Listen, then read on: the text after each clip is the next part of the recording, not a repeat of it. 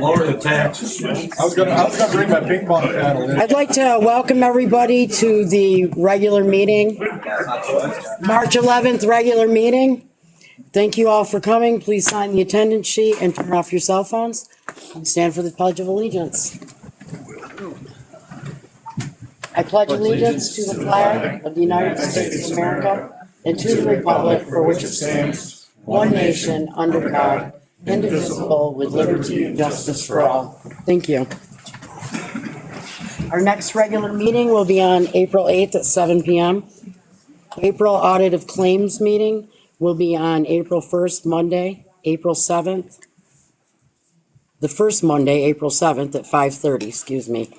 Executive session may occur this evening if deemed necessary.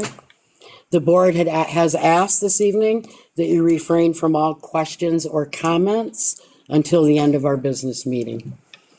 Correspondence this evening, we have the board received a letter of retirement from Chuck Betts, trail maintenance foreman, effective July 18th, 2025. Thank you, Chuck, for all of your years. You've done an outstanding job and you'll be missed. Definitely. Yes. Big thank you, Chuck. Yep. This evening, we have Corey Reed from BCA and Hartley Bonesteel Schweitzer. Pardon me? You got it. I did. That was a hard one. So Bernier Carr and Associates is our engineering firm. They have 7 locations across the state of New York. Corey Reed is our civil engineer. He comes from Watertown. We also work with Chris Widrick out of Watertown, and Hartley Bonesteel Schweitzer is their community engagement specialist. A little background on Bernier Carr and Associates. They did work at Paul Smith's College with the Saunders Sports Complex. At Jefferson Community College, they did the East Hall dorms. They did the Dean's Collaborative Learning Center, the Daycare Center, the Science Lab, David G. Greger Building, the Artificial Turf Field. School capital projects that they have done are the Town of Webb, Ogdensburg City School, Plattsburgh City School, Schroon Lake Central School, Skaneateles Central School, Port Jervis Central School, Carthage Central School, and Waterford Half Moon Union Free School. At the Clayton House Opera House, they did historic renovations. At Bolt Castle, they did historic renovations. At the town of the town of Watertown, they did the fire department. In Jefferson County, they did the historic courthouse renovation. In the village of Sackett's Harbor, they did the streetscapes and utilities. The town of Colton, they did the salt storage facility. Town of Oswego, Thompson Road Bridge. Town of Inlet, wastewater treatment plant. Town of Casterland, wastewater treatment plant. Village of Philadelphia, wastewater treatment plant. Village of Sackett's Harbor, wastewater treatment plant. Town of Windsor, wastewater treatment plant. Town of Webb, wastewater treatment plant. They have helped us, with the help of Living ADK, to navigate through the process of grants, 2 separate grants of $1 million each. They also helped us with a WIA grant number 1, which was we received over $400,000. The second WIA grant, we were denied.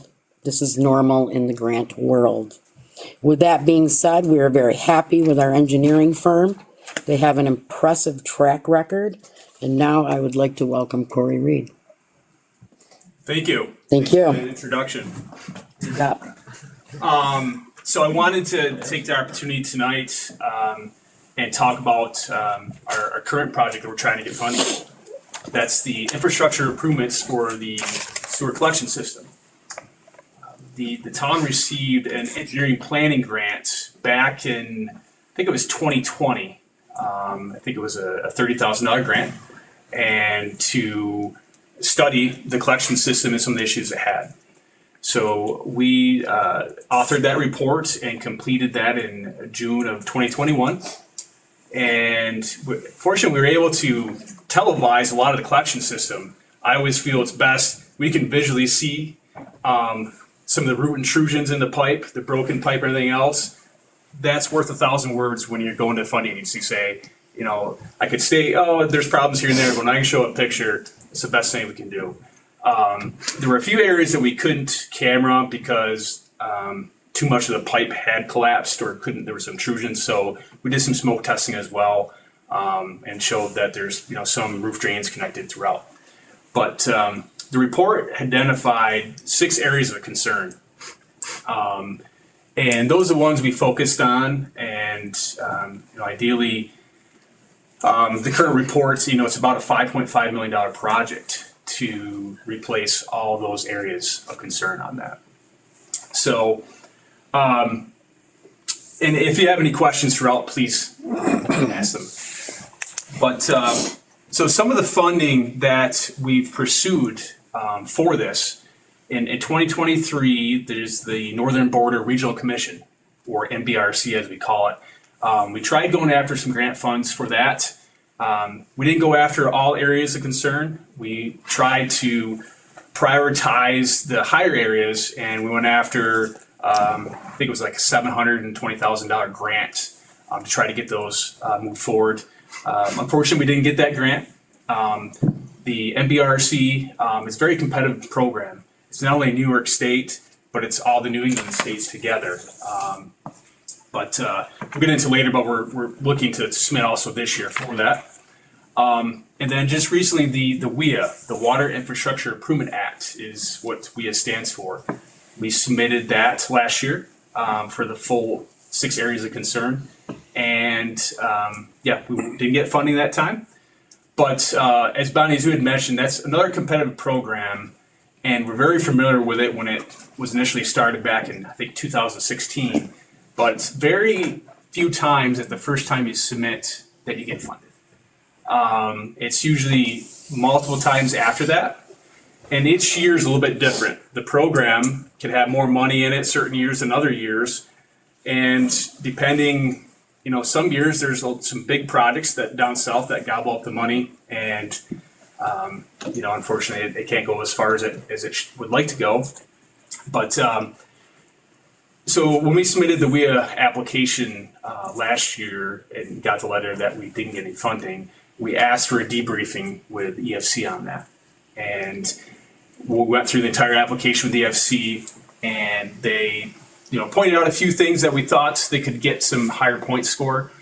The one thing they mentioned, if we had a letter from a legislator supporting the project, would help out. And the other thing is just project readiness. The closer to shovel ready that you can be, they take a look at and can award other points. And let me take a step back. So the WIA EFC, they have their own internal point score. They don't share that point score with anyone. They keep that internally. So they kind of go through it and have their own point score, and kind of tell you where they think you can get some additional points. They did say we're very competitive with the other products that are similar to this one. But like I said, those 2 things that they said would potentially help out if you're going to resubmit again. That's definitely a program that I would recommend to the town that we submit again this year. And it wouldn't be as heavy as a lift because we've already filled out the application last year. What I'd like to do is build upon that. You know, like the recent moratorium. I want to add that to the report to state this is real serious. You know, if we have a break in one of these lines, people are going to be shut down. You know, the break doesn't get to be fixed like that. So it's staying ahead of it and doing the best. What else? So yeah, as I said, you know, we would recommend moving forward the funding applications to NBRC, which we already submitted the pre-application for that. For the NBRC, to be able to apply for the full application, you have to submit the pre-application first and be invited to submit the full application. So I believe the timeline for that, Harley, that should be early this spring that we accepted. Submit the full. So, you know, as we did in 2023, we don't see any reason why it wouldn't be accepted to submit the full application for that. So. There's a few other funding programs out there too, that, eventually if we get some initial funding, then we can build off from that. One of them is the Community Development Block Grant, or if you've heard it, CDBG. They like to be gap funding, so that you already have funding initially, and they like to be able to close the gap and be the last ones in. Charlie Filling is the one who runs that program, and he'll state that every time. He doesn't want to be the first one in, and when he does give you funding, he wants you to be project ready, or shovel ready, I should say, so that it gets you money and then you can complete the project. And again, shovel ready is being as close to ready as you can, maybe having all your permits done, having survey being done, having engineering ready so that you're ready with a set of plans to go out to bid so that contractors can bid on them and get construction moving forward. So I know that was quite a lot of information, but questions? Well, I think it should be mentioned that, I'm assuming that everybody knows this, but maybe not, that when we talk about this, this is just the people that are in the sewer district, and they are the ones that pay for this. That's not everybody in the town, it's the sewer district people.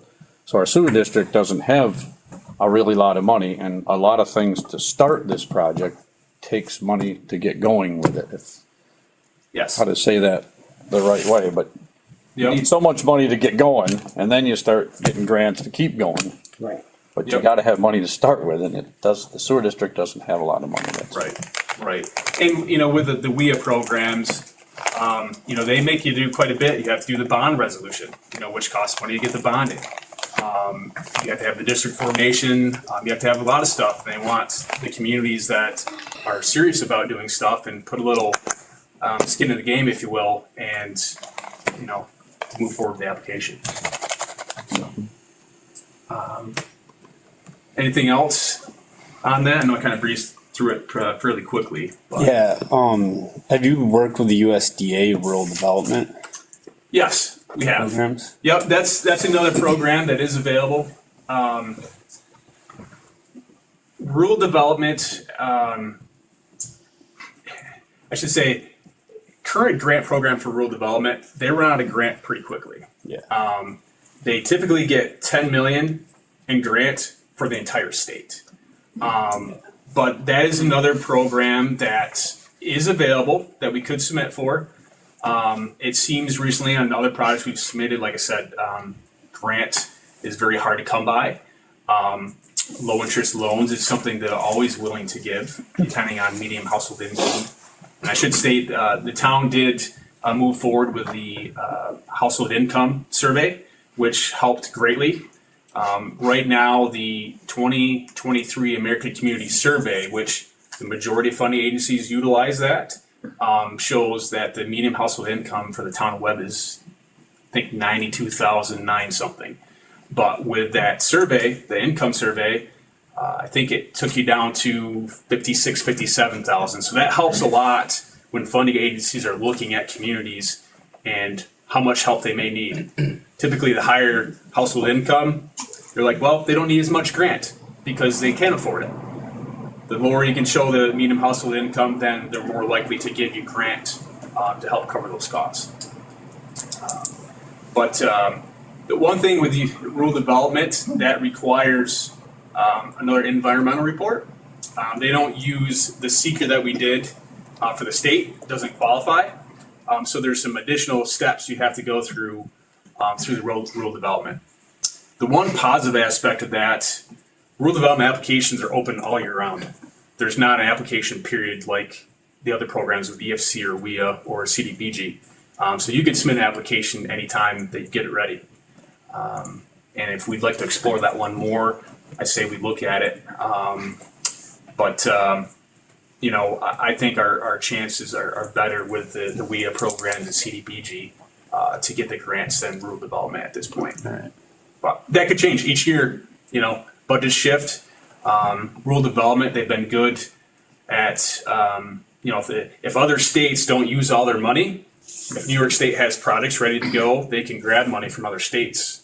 And New York State's been pretty good at that in the past years of grabbing money from it's called pooling. That typically happens late summer, early fall when they pool so they can try to grab money from other states if they're not utilized. Yeah.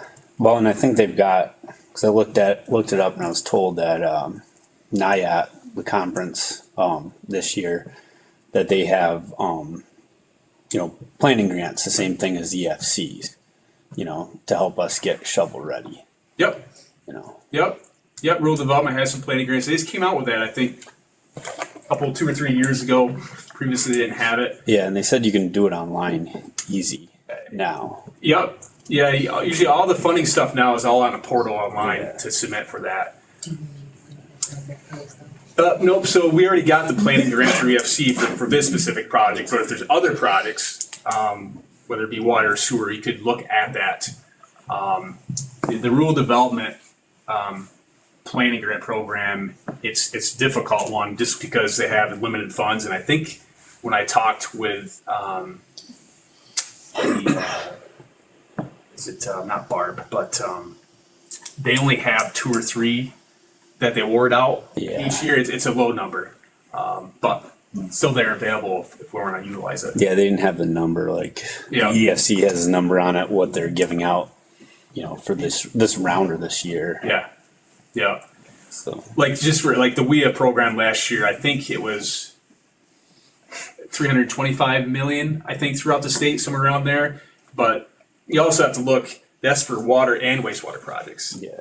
And they don't tell you the divide, how much goes to wastewater and how much goes to water. Right now, the state seems to be more focused on some water projects, and they'll tell you that more water projects are given grants than wastewater at this time.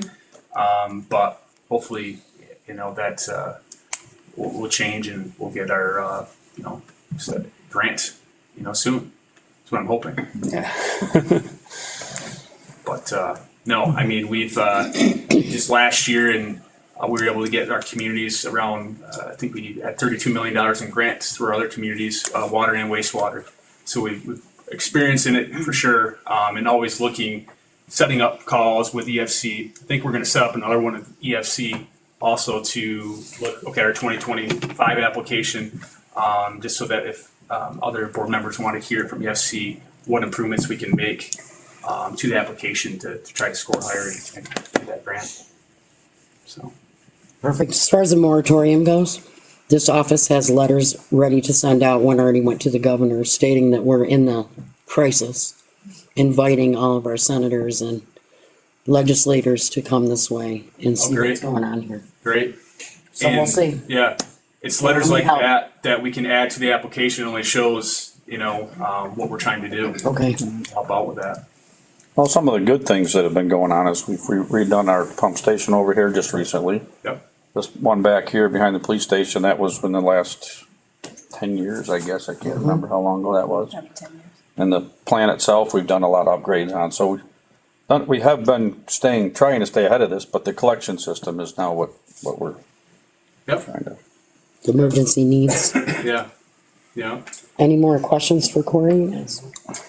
I would say also, in addition to what Corey mentioned, all of the litany of grants that we regularly know are available and the funding sources that exist, part of our job too is to always be tracking new grant opportunities that come available. And particularly, Webb being an Adirondack community means there's often money earmarked specifically to communities in the park that can be additional leverage for these programs. So my job specifically, to be kind of tracking that and being aware of it to anything that's new. So it's not just, hey, we just go to the same wells every year and ask for money. We're also tracking to see what else is in addition to it, what are new programs, what are ones that are maybe at the federal level that we would also be competitive for. So when we get the budget out from the governor and that comes out with her funding priorities, then we can kind of come back to you and see if there's anything specifically in this new round that would be eligible for this project. So, or other things within the town as well, beyond this, but specifically for this, certainly tracking that as well. Thank you. Do you guys have anything else? Thank you very much for coming. Nope. Thank you. Appreciate it. We don't want to keep you all night. No, it's light out now. I'll be in touch with you tomorrow. Thank you. All right. Thank you, Hartley. Thank you. Okay, so. No show. So next on our agenda, we have a resolution scheduling a public hearing on local law number blank of 2025, prohibiting the harassment of or feeding wild animals. Whereas the town board finds that it is necessary to protect the residents of and visitors of the town of Webb and to preserve and protect those wild animals that come into contact with the humans within the town, and whereas the harassment of or feeding of wild animals by humans with certain specific expectations results in harm to the animals and creates a dangerous situation for the humans involved. And whereas proposed local law number blank of 2025 creating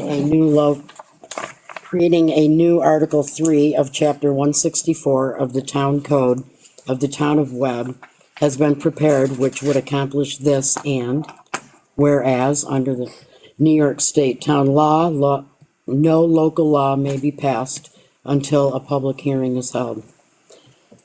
Now therefore be it resolved that the Webb Town Board shall meet and hold a public hearing at the Town of Webb Visitor Information Center, 3140 State Route 28, Old Forge, at 7 p.m. on Tuesday, April 8th, 2025, to consider local law number blank of 2025, creating new chapter 164 of the Town Code and the Town of Webb, and to hear all interested persons at that time may take any other actions authorized by law concerning the proposed local law. And be it further resolved that the town board authorizes and directs the Webb Town Clerk to publish post a notice of public hearing concerning the proposed local law in the manner provided by law. Do I have a motion? I'll make a motion. Mike, second. I'll second it. Ben, board discussion?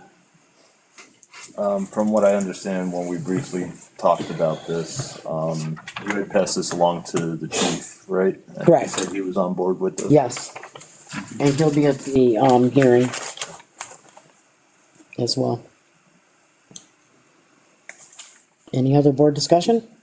Roll call vote, please. Councilman Lindsay, Aye. Councilman Hannah, Aye. Councilman Greco, Aye. Councilman Ross, Aye. Supervisor Baker, Aye. 5 ayes.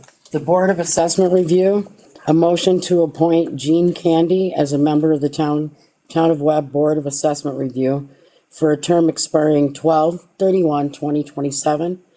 Jean is fulfilling Ellen Wilcox's term. Do I have a motion? I'll make the motion. Ben, second. I'll second. Kyle, do we have board discussion? Thank you very much. Thank you, Jean. Roll call vote, please. Councilman Lindsay, Aye. Councilman Hannah, Aye. Councilman Greco, Aye. Councilman Ross, Aye. Supervisor Baker, Aye. 5 ayes. Assessor's clerk. Assessor Tina Yuckel and Councilman Ross have completed interviews with the new assessor's clerk. There were 6 people interviewed and Leanna Stanley was hired. We have a motion to appoint Leanna Stanley as a full-time assessor's clerk with benefits effective March 10th. There's a 6-month probation and Leanna will have to take and pass the civil service test. Do I have a motion? I'll make the motion. Second? I'll second it. Tommy, yep. All in favor? Aye. Opposed. Shouldn't have done that the other way, that's all right. That's fine. Medical insurance retirees. The board has been discussing changing insurance premiums for retirees to help with retention of employees. Do I have a motion? The town will contribute a variable amount towards medical insurance coverage for retirees, depending on their length of service. The town will pay 85% of the premium for an individual or family medical insurance coverage, as the case may be, for each eligible retiree who completes 25 continuous years of service with the town. The town will pay 80% of the premium for individual or family medical insurance coverage, as the case may be, for each eligible retiree who completes 20 years of continuous service with the town. The town will pay 50% of the premium for an individual or family medical insurance coverage, as the case may be, for each individual retiree who completes 15 years of continuous service with the town. Do I have a motion? I'll make the motion. Kyle, second. I'll second it. Ben, board discussion, please. I think this is a great thing to help the rest of Yeah. our workers. Everyone deserves it. What was it previously again? It was 70-30. Town paid 70 for 25 years, they paid 60 for 20 years. 50% for 15 years and 40% for 10 years. Okay. And this doesn't include the CSEA and PBA, this is, Correct. they have to negotiate This for is those. a regular employee handbook. And then the continuous service is a question I have too. Which would be what? Like, let's say you take a break for 2 years and maybe you come back and No, it's continuous, Continuous. 15 continuous. So if you take a break, you start over. That's how it reads in all of them. And that's how it's, does read that way now. Yeah. it's always been that way, yeah. Any other board discussion on that? Roll call vote, please. Councilman Lindsay, Aye. Councilman Hannah, Aye. Councilman Greco, Aye. Councilman Ross, Aye. Supervisor Baker, Aye. 5 ayes. Herb, you're up. Inlet, Town of Inlet, Snowmobile agreement. Wait, the town board authorizes the supervisor to sign the snowmobile agreement with the Town of Inlet for the 25-26 snowmobile season. The agreement will be reviewed each year before renewal. Do I have a motion? I'll make a motion. Second? I'll second, Go ahead, Mike. I'll second Yeah, it. Mike? Second, yep. Board discussion. This is easy. All right. Roll call vote, please. Councilman Lindsay, Aye. Councilman Hannah, Aye. Councilman Greco, Aye. Councilman Ross, Aye. Supervisor Baker, Aye. 5 ayes. Okay, thank you. Thank you, that was easy. I'll bring it up tomorrow night and send the paperwork along when it comes in. All right, perfect. Thank you. Paperwork All right, tomorrow. Wednesday. That's easy. All right, Councilman Lindsay, what do you have this evening for us? I don't have much. I do want to start off by saying thank you to Chuck Betts and his years of service. He's done a great job. I got to know Chuck since I've been on the board. He's a great guy, and I thank him for everything that he's done on those trails. He's going to be sorely missed, that's for sure. Had a meeting with the school last week. They expect to open bids for their construction manager for the project on 3/26. In April, we're gonna have another meeting for the construction, which is slated to start end of May, beginning of June.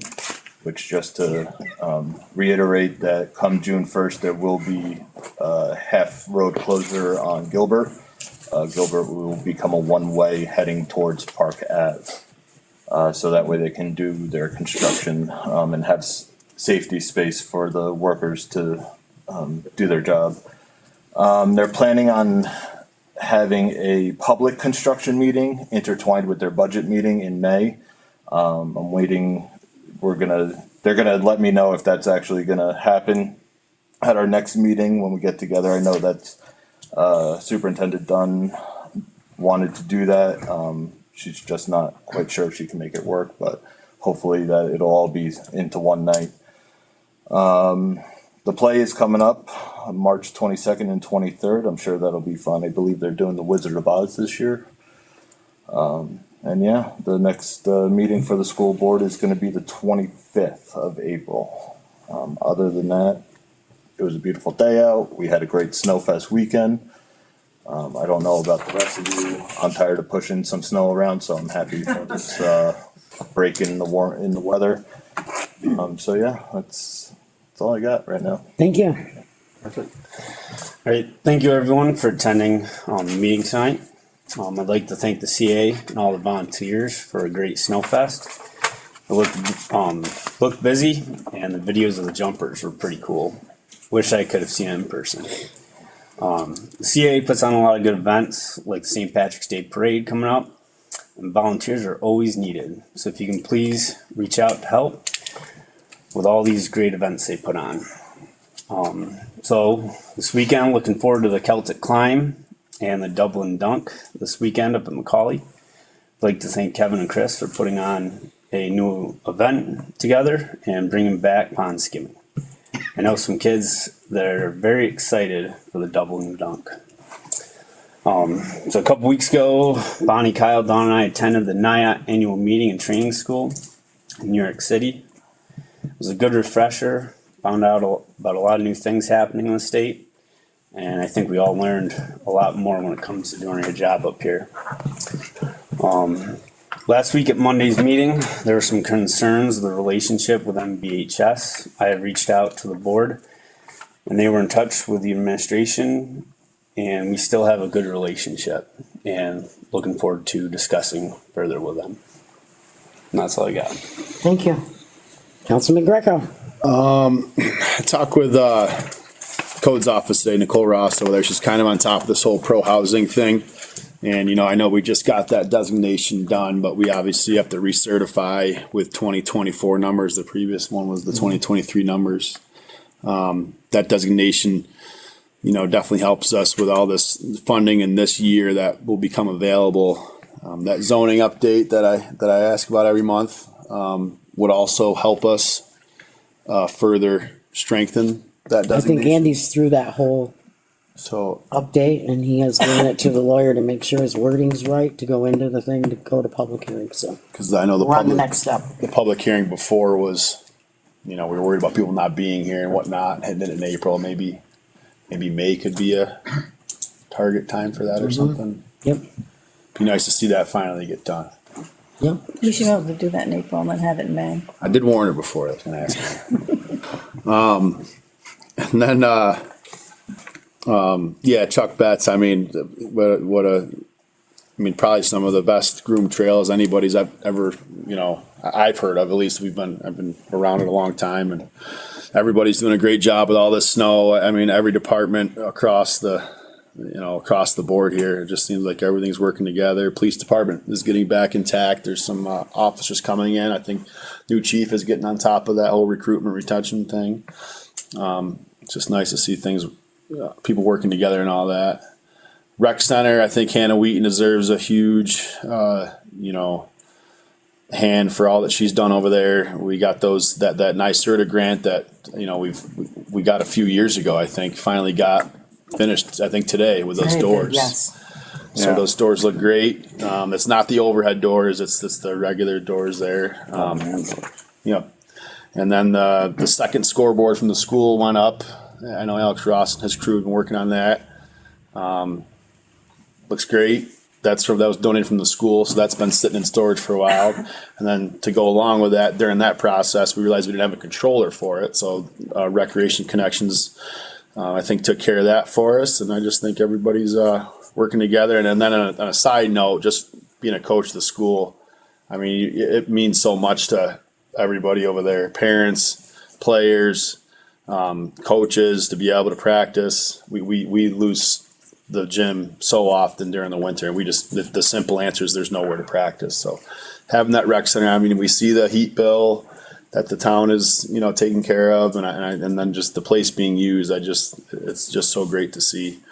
And then lastly, you know, my seat is up at the end of this year. And, you know, I will not be running for the re-election for the town council member seat. I want to let people know that from now until April 3rd, they can get their petition signed, whether they're Republican or Democrat.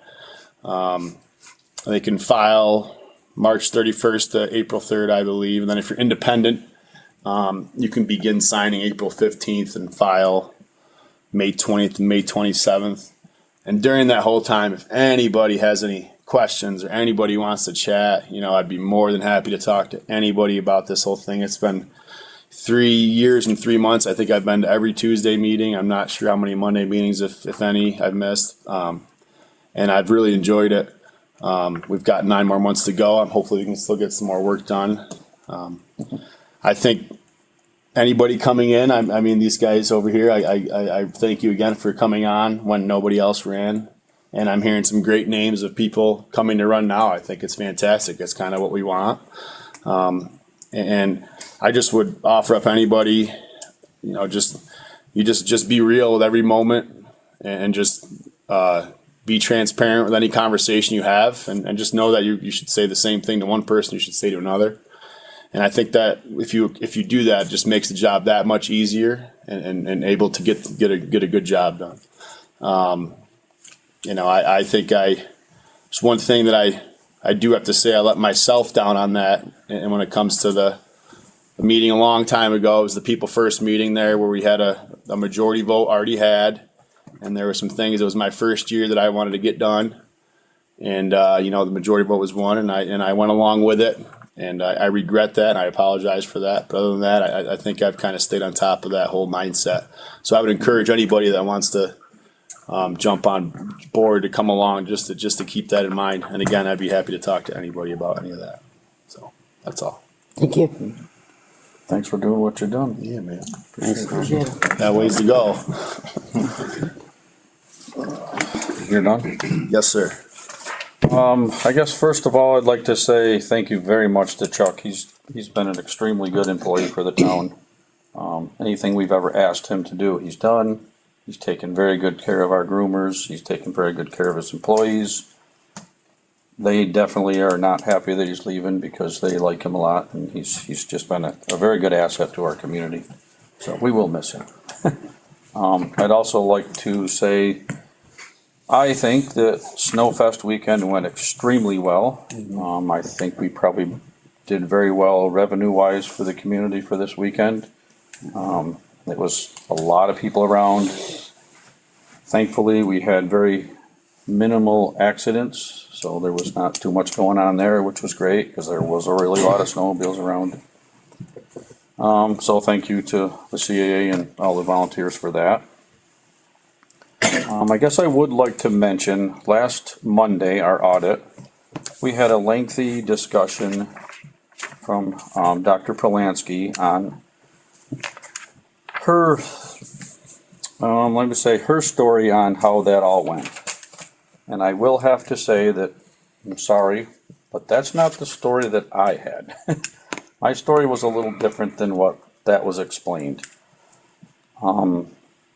So there was a few things in there that as a town board member, as a supervisor of the town of Webb, we all, and I think we all have had this discussion, we all were very upset that we even considered that we had a problem over there and had to shut it down. We were very concerned.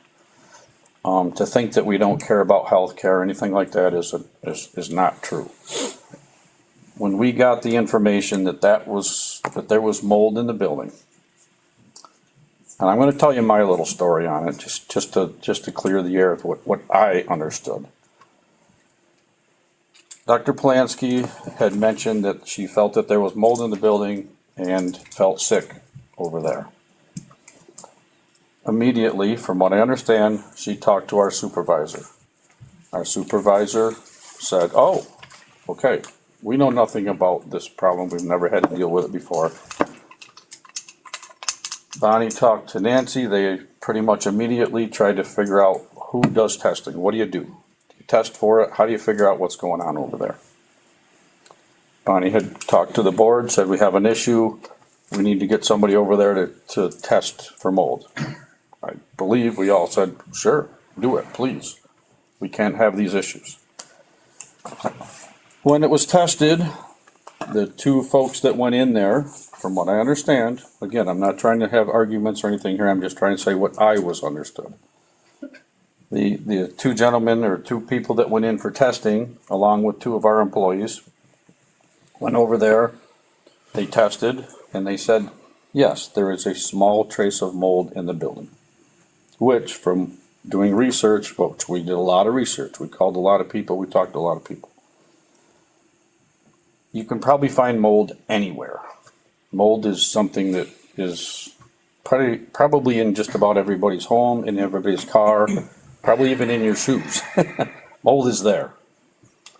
What is how bad it is, what kind of mold, I know nothing about, blah, blah, blah.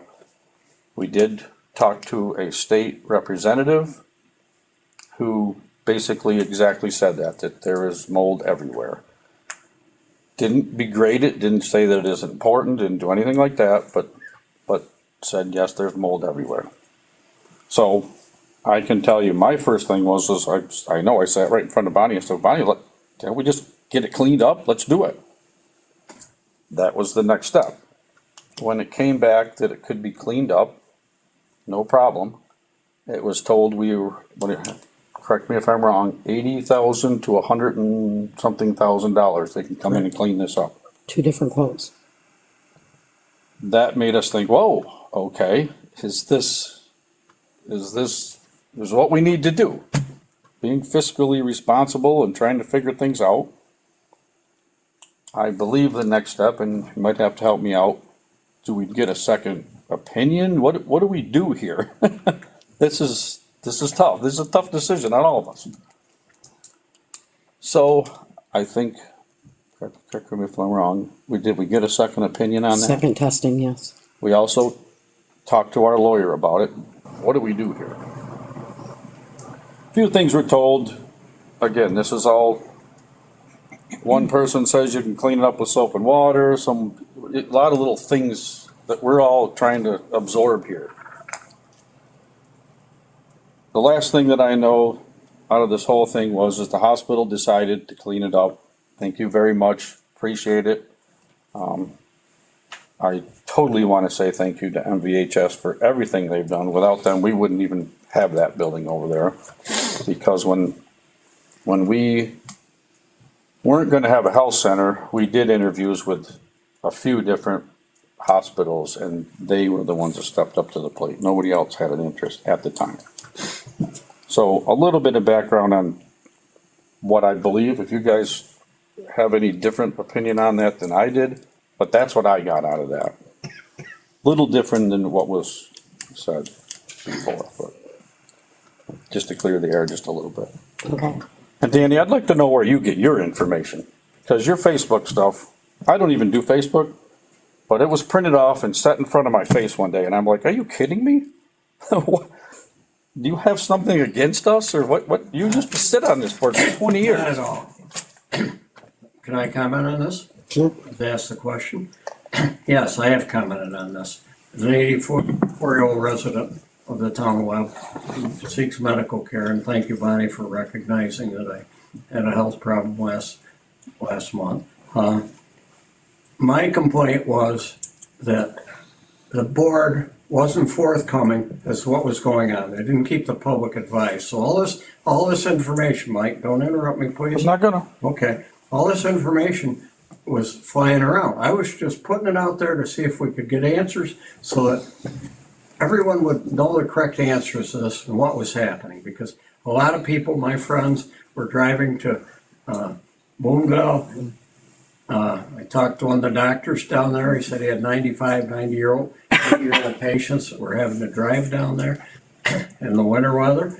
And how quick was it going to get passed? I think a lot of this would have been made much better if you guys had reached out and said, here's the process, here's what we're doing here, and it's going to take us so long. But no, you had maybe one release, and I think one was because I commented, but very concerned with health in this community. I mean, I've served on the ambulance corps. I'm starting my 64th year on the ambulance corps, and my family lives here. My 4 generations of my family live here, including my grandchildren, great-grandchildren, my children, and myself and my wife. So that was my concern. And what I was pushing for was to get more information out there so that we all knew what was going on. And that was my complaint. Well, do us a favor and come in and talk to the supervisor and get real information. That would probably I think help. it should have been put out there so that everybody in social We media. didn't have a solid Can I answer. tell you how I found out that the MVHS was open today? Nancy got a thing on her phone today that said that she has some blood work that can be done over there today. And there was a news release. I saw that. That's how we found out. There was not a phone call from MVHS telling us what was going on. I saw that. So that's, I mean, we can't release stuff on a corporation that we don't know anything about what's going on. Yeah, but I think if you just said we're working with the MVHS on a weekly or every 3-day basis, that this is progressing. so that people knew, because a lot of people. It wasn't progressing though, that's why we couldn't say that it was progressing. People up to date, we're looking at this. And that was what caused all the controversy. Okay, Rumors were flying around town, talking about MVHS, how we were destroying their reputation with them, they may pull out of here, I heard all this crap, I didn't believe it, but I heard it. And, I think. so you keyboarded it and gave it to everybody else to look at and then make them all wonder too. That I helps. think all this could have been avoided by just more information out there in your part. Thank you. Do you have anything else? No, I think I'm done, thank you. Okay. I have just a couple things.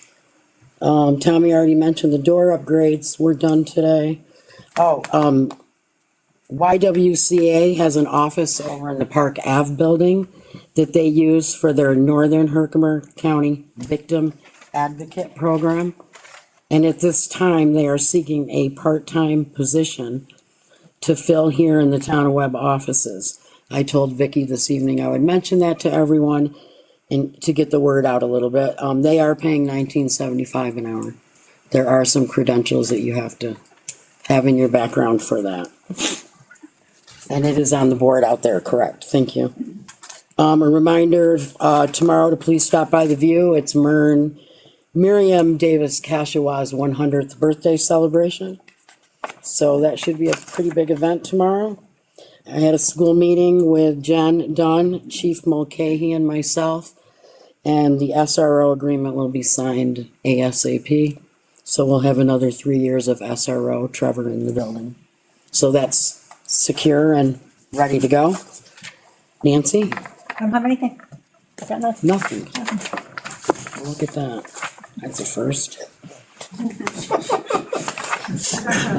She's getting done, so she's got nothing. 7 more months. She told me, yes, she told me today, 7 more meetings. I'm like, really? Isn't it? You have to say that out loud? Okay, time for the members of assembly. Who can we ask any questions or comments or? Yes. Of course. Thank you again for your concerns about my health. I spent one night Absolutely. in the hospital, and I had great care there. Good. Rumors were out there that you don't get good care in Wynn. Well, you do get good care in Wynn. Everybody that I interacted with was great. The problem with Wynn is they're so busy. I took a patient in off of Macaulay Mountain yesterday. We went in there were 16 ambulances parked outside. We had the patient on our cot for 2.5 hours. Oh. I mean, they were coming over to us, but they just couldn't get us in. We had every ambulance corps in the area was there. Some of them had 2 of their ambulances, but I don't think anybody has to be afraid to go to Wynn. That's good to hear. Wynn is Because you do hear a lot of negative, and I have heard a lot of great comments about on it. the community health thing through the Old Forge Ambulance Corps and Robin, and they've worked hard, and there's grants. Also, MVHS has, through Danielle, who's my daughter and our chief, she worked on training grants. And we've received through MVHS $200,000 a year for 2 years. Only goes towards training, doesn't do it towards equipment or our building. So anyway, one more thing on the ambulance corps, and I'm speaking for myself. I don't speak for the corps. I don't represent them in any way other than I'm very concerned about it because that's my thing. We are going to break ground probably mid-April, 1st of May on our new building.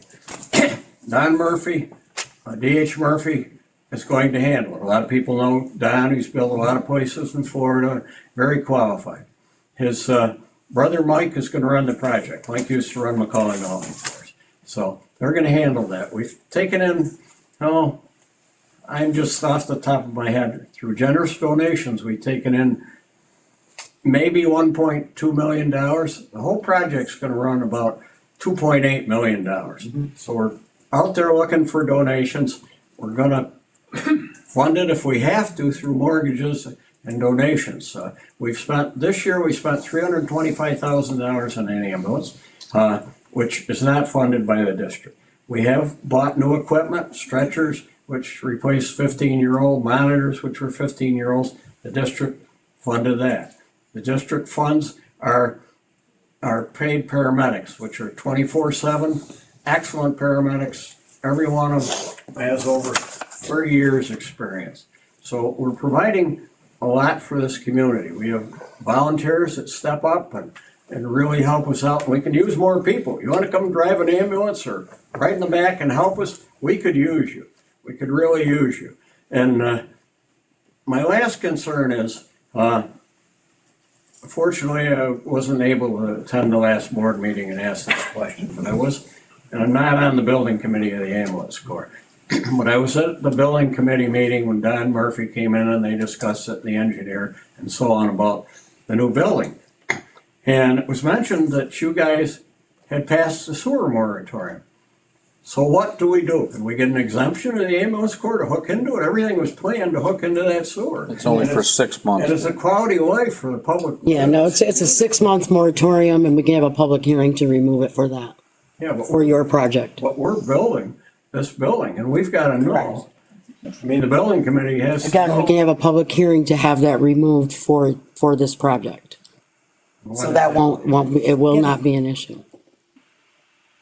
Am I correct in stating He that? just has to write a letter to the board. It should not be an It issue. should not be an issue. You just need a letter to the board stating what you're Okay, well, doing and the stating timeline. Members of the building committee. That you need a connection, not a big Yes. deal. It's a big project. It's gonna be used by the community. It's gonna be a shelter in case of power failures and stuff with generators, and it's gonna be an R100 building.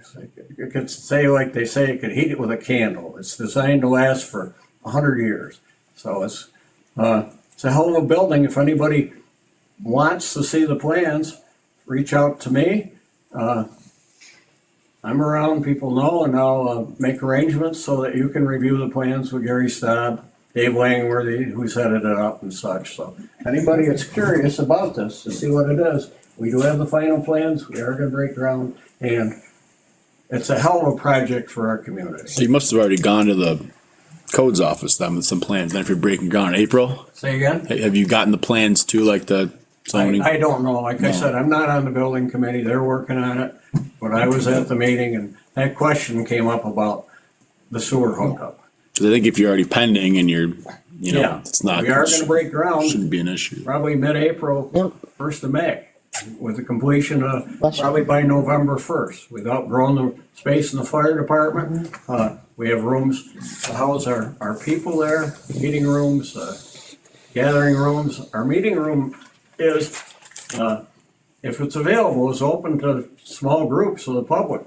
And reach out to Danielle or Gary Staub, and like Haska meets there. They have their board meetings there. It's a very good place to meet. We do have 25 or 75-inch screen TVs for video presentations, which we use for training all the time. So for the community, we're available to you people. If you have any health concerns and you don't want to call a doctor, you don't want to call a hospital, call Danielle Hoffel. She's my daughter, she's also the chief. And she can put you in touch with somebody like me. We can talk. People that know me call me all the time. Say, I got this going on, what do you think? I'll send the ambulance, I think you need to go. So, but it happens all the time because the health center's only open 40 hours a week. And they only take patients that are their patients with, They do take some walk-ins, yeah. well, not very often because they call us and we'll open the parking lot. But these are serious. Yep. Yeah. Okay. Anyone else in the audience? Yes, Dan. I'll just go really quickly. It's more just a flagging it for y'all. You know, obviously I'm paying a lot of attention. All of us are to federal budget, state budget. April 1st is the date for the state budget that's supposed to be coming out.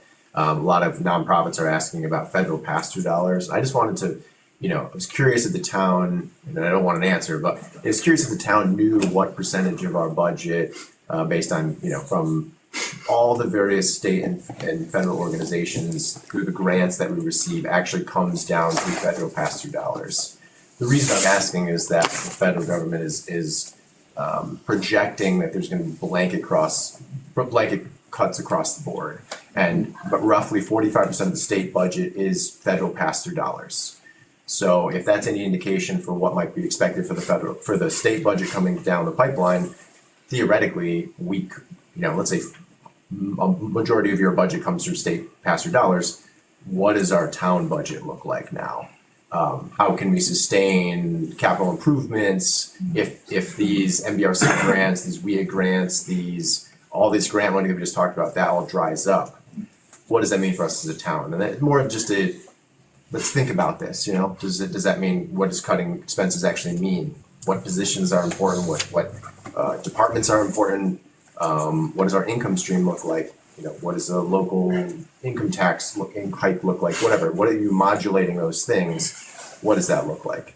And I guess the real thing I'm drawing attention to is, because we're such a small community, so many of the services that in a larger community would be served by a for-profit business or a government entity are served by nonprofits. And again, the federal government is signaling massive cuts to nonprofits, and we're preparing for like nonprofit apocalypse, basically. So in our community, and this is no way comprehensive, but our school, our library, the food bank, Kinderwood, Healthy Kids Daycare, community transportation services, the fire department, the ambulance corps, senior activity of Sharp, Haska, Living 80K, those are all social services that are being provided for by nonprofits that if they have to close their doors or stop operations, there's a gap in what our community has. So I want to bring it up as a conversation that is if any of those multiple organizations have to close their doors, if and where does the town step in to fill those service gaps? Because industry is not going to do it for us. So it's just something to think about, and prepare for in case, because I would hate to see, CTS funding dry up and we not have local transportation. I'd hate to see Mohawk Valley Health Services have to close down that building and we not have a contingency plan. So I just want to put it on everybody's back of their mind. I don't know if you just put it as to, something to think about or something to not sleep. Oh yeah, I'm losing a lot of sleep over it. Losing some sleep over the, but thank you for that, because again, that's important. The future is, It's a long list. a long list, but thank you for bringing that to our attention. Thanks, Dan. Yes. Hi, Beth Kellogg from the Little Fox. Just a few things. I wanted to ask a couple questions to the board. And one of the things, we've had a great winter season. And of course, it's Mother Nature. We can't control that, and we all know that. But we need to keep our eye on the prize. We need to continue to provide a reason for people to come to Old Forge to snowmobile. And I don't want, with this good weather that we've had, that the board and the town in general, people just think it's gonna keep happening, because it's not. Some of the things, I've been doing a lot of riding this year. I've been lucky to get a lot of places outside of Old Forge. And I'm noticing where we are not as good in certain things, like signage, safety signage, as well as signage of how to get to businesses. That's here as well as other places. I went to some towns and I didn't know where to go, where to park, how I could get to a restaurant or to a gas station. And of course there's the maps, but it's not the same as if there's signage within the trails, better signage. And I even had a customer say to me the other day, they've only been to, and I don't know how they figured this one out, but they only been to Key's Pancake House for breakfast because they said they couldn't get to the front door or to Walt's Diner by sled. They didn't know where to park, what to do, how they could do that. And I explained to them how to do that. But, just pointing out that, signage would be, and safety signage, corner signage. It's not the same in this town as it is in other towns. When I'm riding in other towns, I notice that I'm going down a trail and I know that there's a corner coming up. I know which way I'm going. I don't need the GPS in front of me. It's where it's on the trail. Ours is very high. I think it's from when the 70s when we had a lot more snow. But it needs to be lower, and it's more of a safety thing. Or you'll have a curve saying that you're going to the right, but it's on the left-hand side of the trail. Well, I'm not looking on the left for a curve that I need to go to the right. So it's just more of a safety concern. And do want to thank the road crew and the groomers for this season. We had a lot of snow. I'm hoping we still have a few more rides left in us. And they did a great job, but I do have a couple questions. One of the first ones is I've done a lot of research regarding overnight grooming. And what I don't understand is that it would actually save the town money if they did overnight grooming, because the trails would set up better. Therefore, you wouldn't need to groom the same trails as much as often. And why is Old Forge so against overnight grooming? Anybody answer that? I don't have an answer for that. I have some of the answer. I don't know wanna why get they don't into a do big overnight argument and grooming, stuff, so I cause we've can't been answer there a that. million times, but I also snowmobiled a lot this year. I went to a lot of different areas. And I even went to the meeting down here to the Trackside Blazers. Asked them a question about that. There is no doubt that there is a period of time, this year's been really good because it's been really cold. So it almost was a moot point, kind of. But when you have a warm day and a cold night, like it'll be probably today, is a little different, understood. But we have guys that, what I was told in some of those other towns, two other groomer situations, they are volunteers. Those gentlemen work during the day, so they have evenings to be able to do what they do. But it is a lot, when they go out really, really late at night, they really need to have other guys with them, or at least somewhere close, because it's pretty late at night, middle of the night. But that's totally different here, it's a paid position. Correct. So why are we not hiring someone to strictly do overnight? Well, that would be another whole crew, for one thing. So it wouldn't really save money, because if we didn't groom during the day, we would get you know what would happen. We would get crucified if we weren't out there. Trust me, you have to groom during the day, I get that. I have a question on that. Like, so if you hire more folks or whoever paid position, what do you do if there's not that much snow? What if they can't groom overnight? Now you just promise them hours work, and like, let's say last winter happens, that's just a quick question. Do you just pay them? Lay them off. I don't know how your town pays people, if it's hourly, if they're paid hourly, I have no idea what the positions are in that Depends. particular department. But it's just like, I had to lay people off last winter, and I've never laid an employee off in my life. Yeah. This winter, obviously, completely different, I could have used more people, but you don't know. And So, that's like, part of the gamble up here. It is, that's all taking it's a job, just. so I guess that's where I kinda leave that. I mean, I just think that we really, really need to address overnight grooming. So And it's not, I'm sorry, Tommy, it's not, everyone likes to say, oh, well, that's when all the yahoos are out there and the drunks and like da-da-da-da-da. I'm gonna tell you, I have not even been open till midnight, and midnight's last call for me at my restaurant. I think once I was open after midnight, the entire season. It's not the same. People are not out there late night. Right, and that's another thing, Beth, and I've really tried to analyze this too, and I'm not gonna disagree that there is that time in there that it's a little bit colder. But I have been trying to monitor Trail 5. I live on Trail 5. It's probably the worst trail in the system. But when them guys go by there at 8 o'clock, 8:30 at night, not too many sleds go down after that, to be totally honest. So now it's setting up from 10 o'clock or 8, 9:30, whatever time that they get it, all the way till the next morning, other than a few sleds. So it does get that time to set up better. But if they groomed it at 2 and everyone's rode it, then it's setting up with bumps on But it. they do go by at night, just about every single night. They go by it early in the morning, somewhere after that, and then the next time they go by my house is give or take 8:39, depending on how bad the trail is. So it's probably something that was hard to plan and or budget for after the recent winters.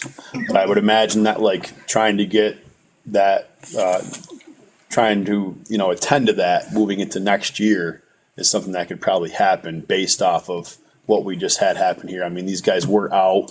There wasn't a huge staff of groomers, so like maybe it's something we can attend to for the upcoming I season, think, I guess. transparency of what we have expectations of the groomers to do.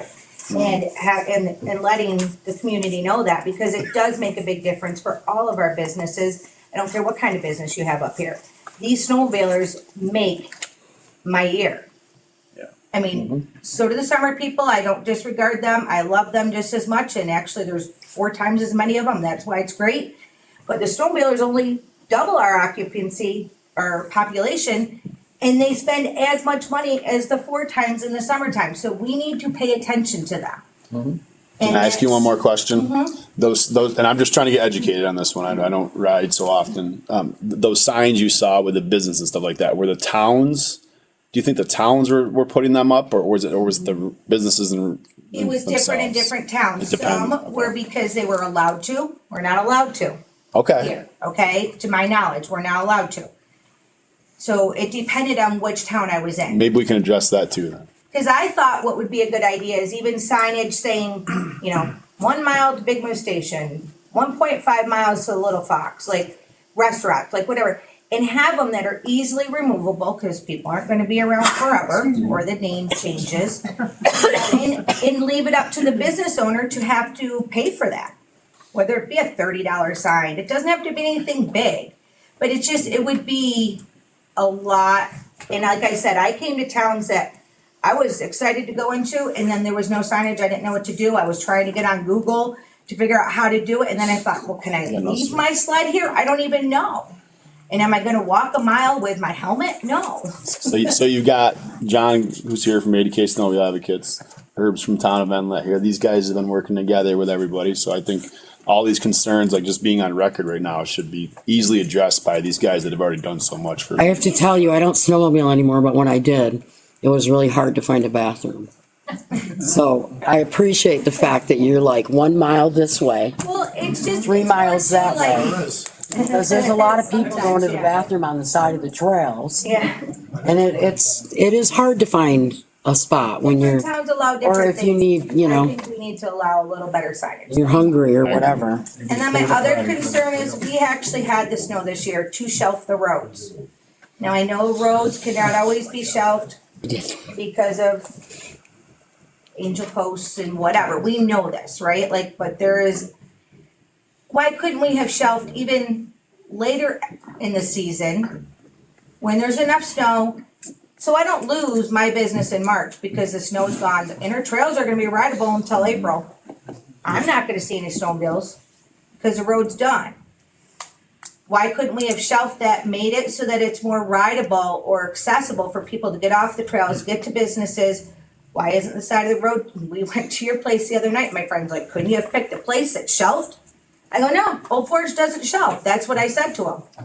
And, that's just, and I know certain roads, you're right next to the fire department, so I feel like that's probably part of it. I'm not gonna lie. But also if there was a sign saying, oh, go up to the next intersection and you can come down the road, whatever. There's more ways to get to places. But part of a little bit, remember I said earlier this year, I wanted you to ride with somebody in the truck and show you what it would take to shelf. I would love to, and I told you I would have We loved should have to. did that this year because I don't wanna be the one to explain this. Maybe a snowmobiler out there, or somebody who knows how to ride a snowmobile very well. It's easy to say we have a shelf up here, but a lot of snowmobilers can't get up on it, and to get down off it and go around a driveway or a pole or a bridge or whatever and get back up on, it's not that easy. But I don't want to be the one to say, because I'm always look like the bad guy that's against this, the negative guy. Just try it sometime. Well, they shelved it today. They shelved it. And there's places you can. I do They understand. shelved both sides of Big Moose Road all the way today. I know. I saw 'em go up there. They didn't do it because I called to complain to Casey. I know that's not why it was done. It was done. And I hate to say that because maybe I'm wrong and maybe I could give them credit, but they did it for safety because those snow banks at Big Moose are so high.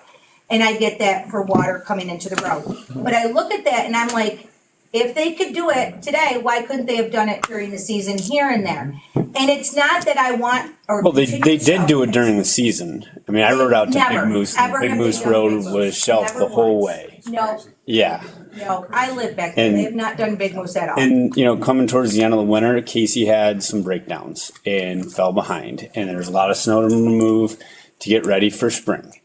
You can't, and I mean, they shelved Big Moose Road perfect where you could ride on it easy to get lubrication. I live there. They've never Well, shelved Big Moose Road. That was Not today. in whatever it But it was was. for different purposes. Is that President's Yes, Week? I think I guess I it should have taken a picture part- of it. And I know what Pretty you're nice. talking about, but it'd be that one, okay, I can go a mile if I can grab snow here and there. I'm not expecting to be on a continuous shelf. I'm not expecting to take up and go over the white line. I'm not talking about No, that. I know. I'm talking about just something to get up and grab a little bit of snow. I follow what you're saying, and I'd like to say I'm not against it. I just, And I know it can't be done every day when they plow. I get this. Reality of it, right? I'm not saying it needs to be done every day, and that's not the priority. Understood? But a little more attention to what the business is up here in the winter time, I guess. That's all. So just wanted to All mention. very good points. Thank you. Thank you. Yes, Just so you know, I do ride a lot. You go up to Tupper, and there's an area there you only get to get up on a shelf, and they do an excellent job keeping it broke down. It's not that hard to get up, on it and off it. They're not making them really high. I'm just saying that maybe something could be considered so that people continue to come here and they continue to travel from other places into us and spend money as well. Just as an option. thank you. Yes. I have a couple questions. Mike, you asked for everyone to come up with an idea for the chairlift sale. I kind of half listened to the board meeting on YouTube the other night, didn't get to the final result. The final We result? don't have our final result. We're gonna start on it again in May. Right, what it was left basically is Kyle and I, and it's our committee, and Kevin. We kind of were given ideas to Kevin, so he could kind of Process those process ideas, it figure all. out what And I will thought work. part of it being,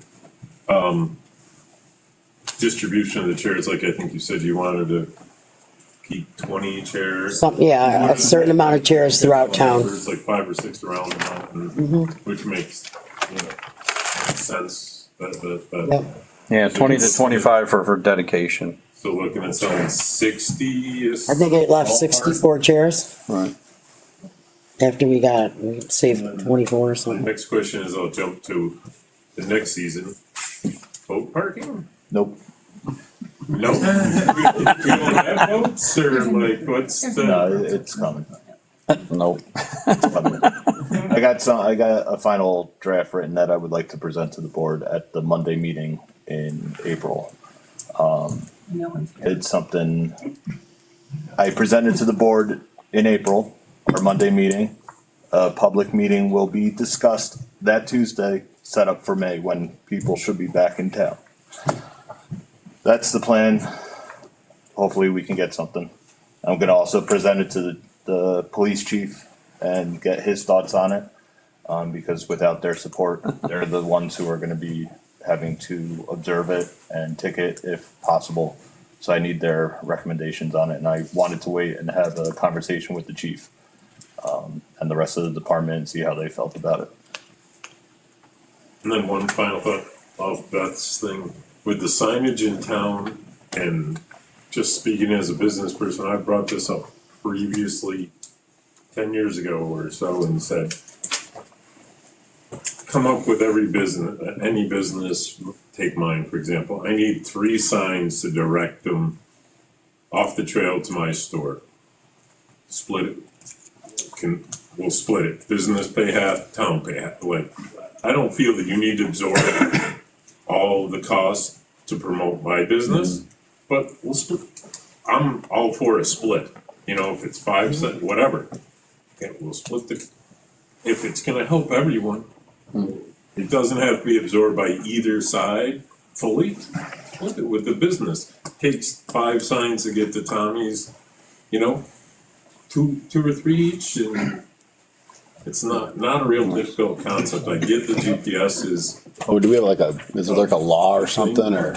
We have a sign I language. don't think, know if it goes I don't against. think it was the money was the issue. I think it was just a plan of where to You put don't want them and them how all to over do the it. place, maybe we talk to the, Garrett's here from the planning board, maybe we can talk to them about signs or something, I mean, to make that, They're not a Loud, I permanent guess. basis. You could, they put them up in the. I think we'll address it. November and take them down in April or whatever, Yeah, whatever makes everyone happy.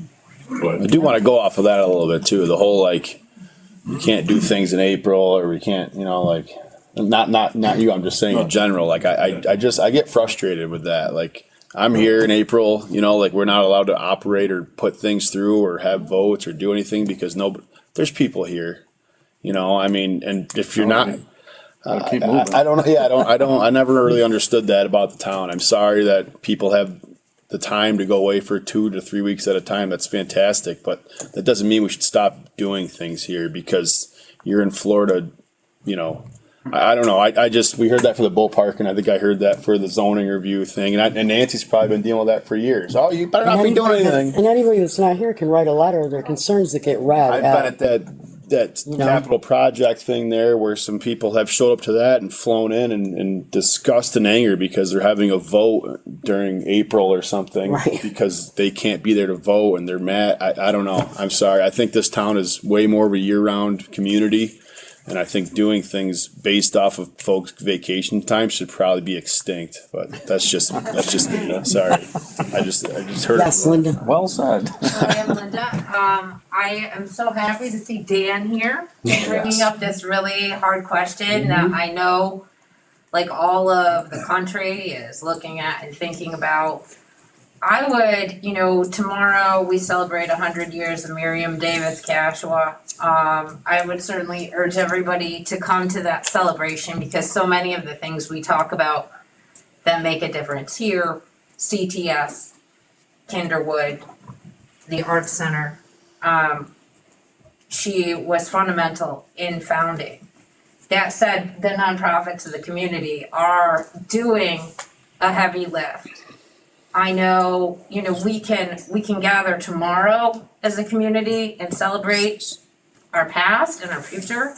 We got a craft night tomorrow night. I know Thursday, I'll be at Lakeside. Friday, the library, we're making parade gear and everybody is welcome to join us because the CAA is gonna throw a parade and we'll gather again and we'll celebrate. And, next Wednesday, Nichols is hosting lunch. I think it's chicken and biscuits and it's free and everybody can come. I know the food pantry food is flying. I am having a hard time keeping the library food pantry full because people are using it, the church the same. I just know there's a lot of heavy lifting, trying to make life doable, get people to medical appointments, the ambulance, trying to build the building and just operate. The fire department's not only in Webb, not only Old Forge, but Big Moose and Eagle Bay. All the churches, Living 80K, the farmers market, and trying to combat loneliness and social isolation. And we have so much here. And, I think it's a good time to double down and support the things you believe in. I think I've looked around the room quite a few times and everybody I know is involved in something in one of the nonprofits. We are all making the town work. I do think, and I do want to say, crafts at the library, April, break every day, Monday, Tuesday, Wednesday, Thursday, Friday. Monday, Tuesday, Wednesday, Thursday, Friday. A lot of people are staying here. What times? They're 11 to 1 on those 2 days. And we're dyeing potatoes and eggs this year because eggs are expensive. And I'm telling you, we just want to make it normal. This year is going to be the year of the colored potatoes. Library is providing potatoes. So, I gotta go just, Thank you, Linda. all of us, let's just remember. Thanks, Dan, for bringing that up. Yeah. And I count 22 organizations is roughly the approximate of our nonprofits around here. Thanks to all of them. I don't know, there's too many hands going up. Yes, sir. Front row, Jamie. All right. Greetings from the fire district. I'd like to tell you a little bit what's going on. The departments, Old Forge, Eagle Bay, and Big Moose, and Inlet. I don't represent them, but I do represent Old Forge, Eagle Bay, and Big Moose. Have been very busy. One night, Old Forge was called out 3 times in 1 hour. 2 snowmobile accidents and a man through the ice on the channel. So we're all looking forward to the end of the season and a little bit of a reprieve and time for ourselves. We have decided to replace the high railer in Big Moose. It is an old Suburban that has over 200,000 miles on it. I brought it up before. So last district meeting, we allocated $35,000 to replace the high railer in Big Moose. The state of New York is going to, and the railroad is going to move the high railer gear from the Suburban over to the new vehicle when we get it.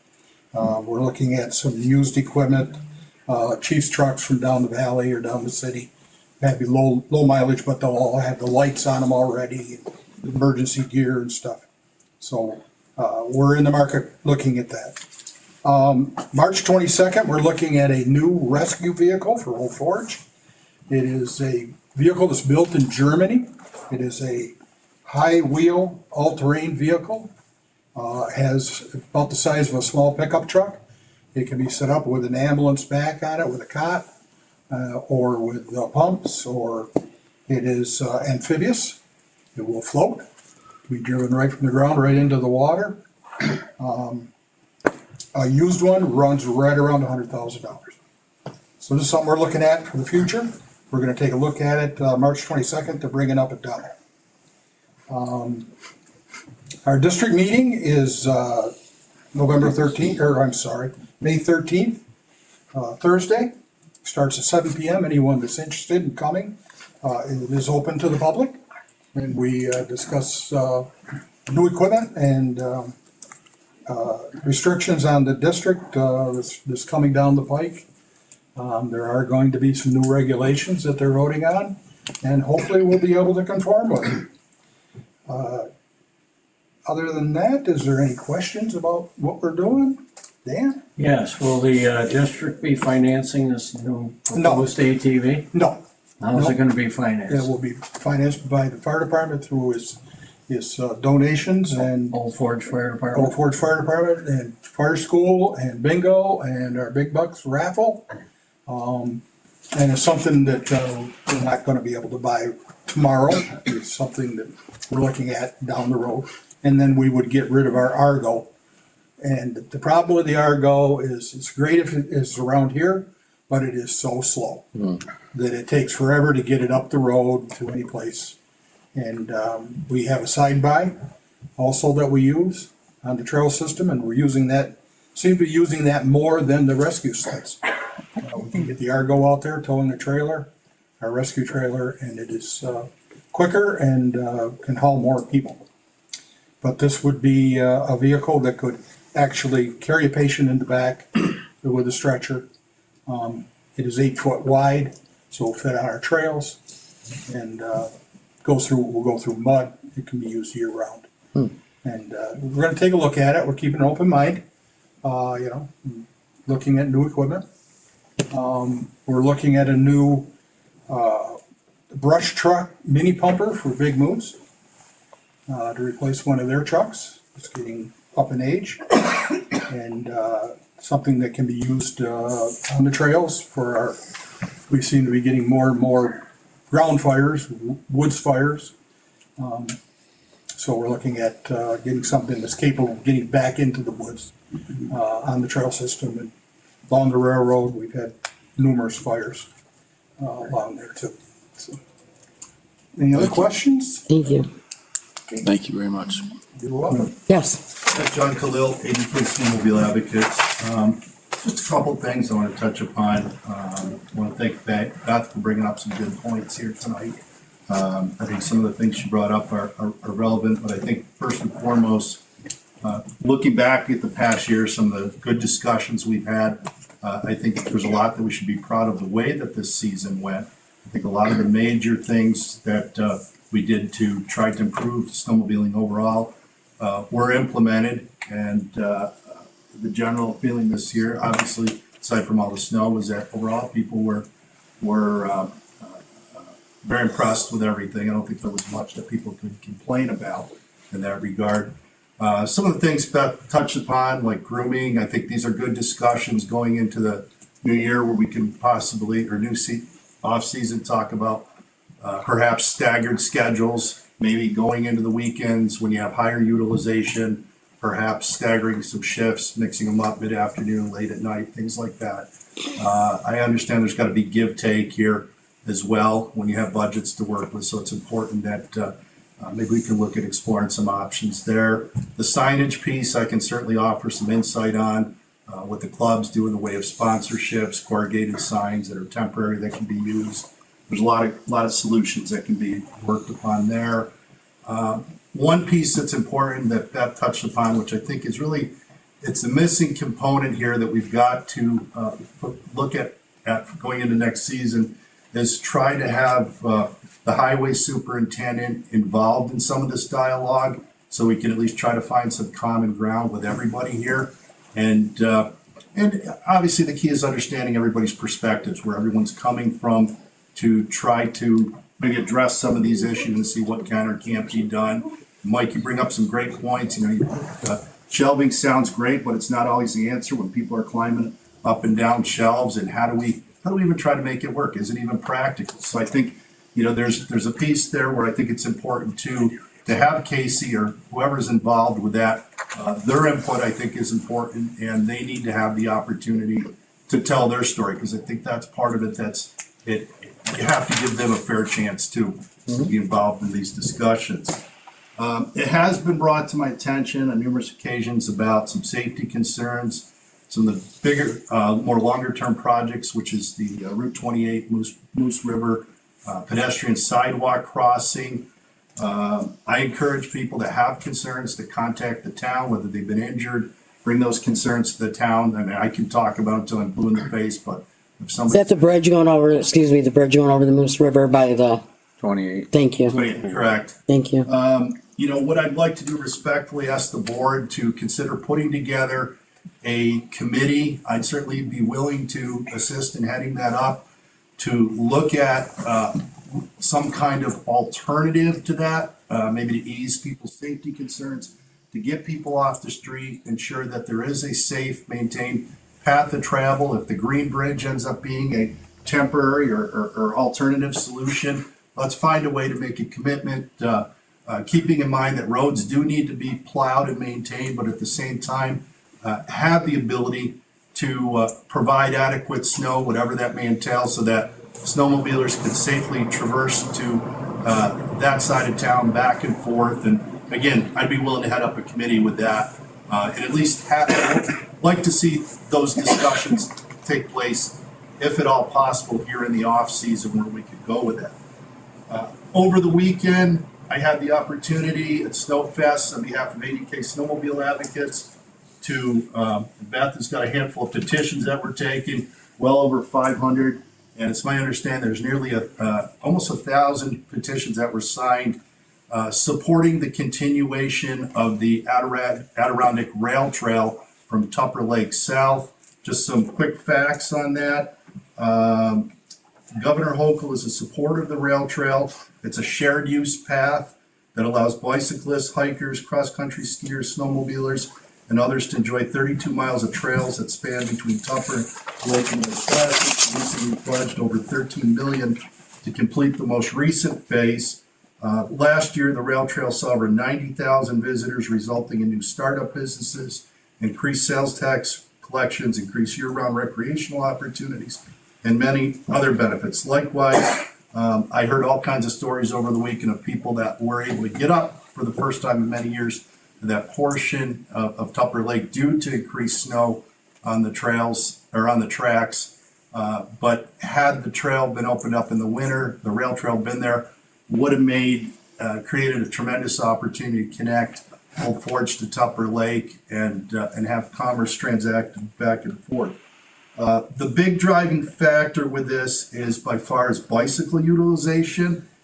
Talking to some of the folks that up at the northern end of the state, and with the growing e-bike segment and increased battery life, distance, ranges, as those things continue to improve, there's going to be tremendous demand, not just during snowmobile season. I know it's been brought up a number of times. I know, Mike, we've talked, and you said if we could find a way to make this rail trail happen, it would be great. I know, Tom, you brought it up. There's never been any disagreement amongst anyone that we can't necessarily rely on Mother Nature. We have to start looking at alternatives.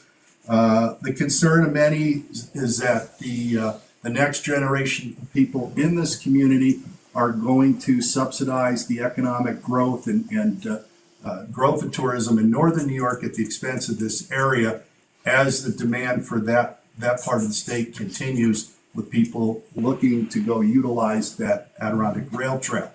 At this point, I would just ask the board, again, respectfully, possibly to consider either holding a hearing or consider passing a resolution as a town to support the continuation of the rail trail to the southern Adirondacks. It doesn't mean that the town has to take a position necessarily of removing the rails. The option could be there to potentially seek an alternative or adjacent path of travel, but nonetheless, at least get a commitment from the town. It's my understanding 10 years ago, a hearing was held, or hearings were held, for whatever reason, and I'm not here to debate this, the town opted not to participate or didn't want to get involved in supporting the trail at that time. I've continued to hear this over and over again. I don't know what the reason is, but I believe that the opportunity is here now for the town to seriously consider how this area could benefit from the continuation of the rail trail. The Forest Park, or the Trackside Club, came down. They made a point of bringing a large number of signed petitions to me, and I'm getting calls from all over the place, more than I ever expected. We're already up, and I'm estimating now between emails, close to 1,000 signed petitions, and that number is about to grow exponentially with some of the support that I'm hearing from other groups. And again, it's not just snowmobilers, it's bicyclists, hikers, recreational outdoor enthusiasts who want to see this connection made to span up to Tupper Lake. Again, I realize it's not something that we can really get into debating the pros and cons tonight, but would like to see it put out there at a hearing at some point for support for this project. And then last, Tom, I want to thank you for opening up the conversation tonight about your decision not to seek a council seat. So I'd just like to inform the public that I do intend to seek the position of town council with the openings that are coming up this fall. Thank you. Congratulations. John, I have a question for you, or Sure. maybe a statement. Sure. When I served on the board, I served from 88 to 08 as a councilman. And when they were redoing the bridge by the old mill, we requested that the state widen that bridge for snowmobiling. They did somewhat, but they refused to widen it more. And we really pushed them. I don't know if you were on the board, Mike. No, but I know when Robert got on the board, Yeah. we also went down there and we had an alternative. They said okay to putting a trail alongside of it, but it came in the numbers of over $4 million, and that was a long time ago. Yeah, so the town has made efforts to do that. Yeah, and I'm sure historically in the past it has happened, and it's just, unfortunately, it seems that, for whatever reason, it just continues to be a problem. It is. Again, It's a horrible problem. It's a and we just don't want to see anybody get hurt there. With low snow, you have safety concerns. With high snow, you have. Then just close it down Because they don't know. for now. And, I had. That's the thing to do, probably close it. Yeah. People reaching out to me saying, you could put boards there to cover it up with proper drainage in the boards so the snow could melt. But just cover up, get DOT in there to put even fencing or screening so that skis wouldn't catch some of the posts there for the railings. So just a lot of things. And again, that's the kind of stuff I'd like to see us have some side meetings on where we can really put our heads together. If we could get a committee together to start to figure out what we can do to improve that, with safety being a priority. And just briefly, I do want to touch upon something too, Dan, because you just reminded me. Most people know me in the capacity of being passionate about snowmobiling, so I do understand that, but I just want to assure everybody that if running for council, I realize there's a number of other issues that this town is facing that are much higher up on the priority list, things that need to be addressed with urgency. And the voters in this community would have my utmost commitment to provide the same level of energy, enthusiasm, and passion to other aspects of the town aside from snowmobiling. So I just want to put that out there. Thank you.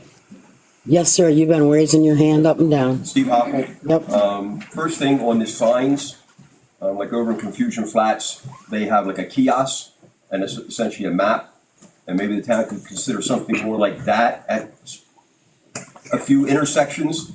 Instead of having, 1,001 signs pointing 1,000 different directions for different businesses. It would also give they could be left up year round, that people walking would be able to have a reference to where they are. You know, you are here, and they can see where things are. Okay.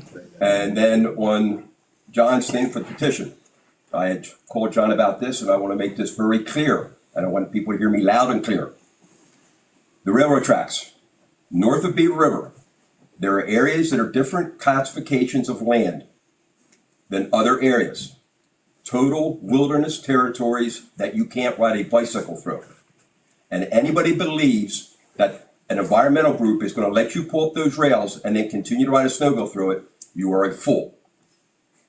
So think long and hard before you start asking the state to pull up these rails, because you could lose the only corridor trail we have going north.